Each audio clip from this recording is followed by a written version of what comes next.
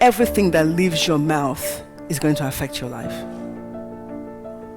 Every single thing that leaves your mouth about yourself, about anybody, is going to affect your life. Man will be satisfied by the fruit of his mouth. So whatever you're using that tongue to do or to speak is going to affect your life. So it's fearful to think that if you use the tongue to curse somebody else, you're going to be careful that that curse is not coming back to you.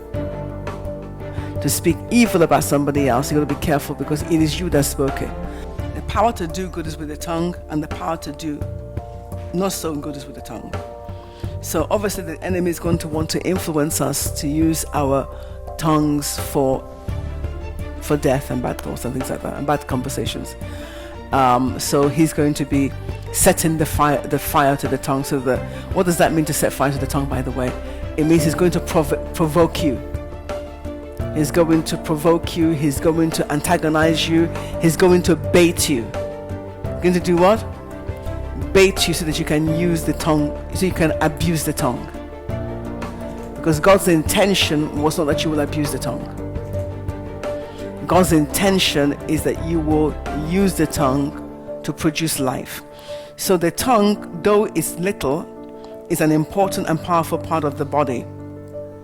When we yield it to God, what will happen? We will eat from it. That's Proverbs 18:20. It will produce life.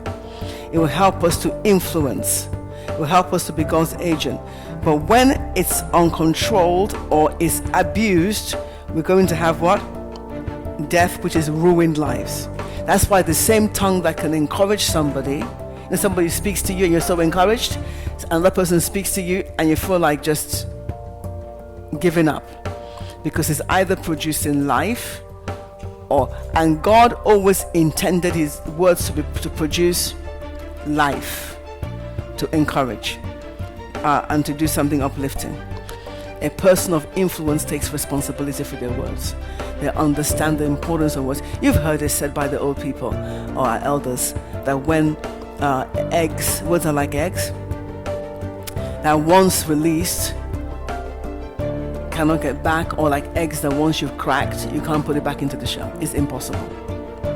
So what they were teaching us is understanding the responsibility of words, or biblically speaking, understanding the power of your words.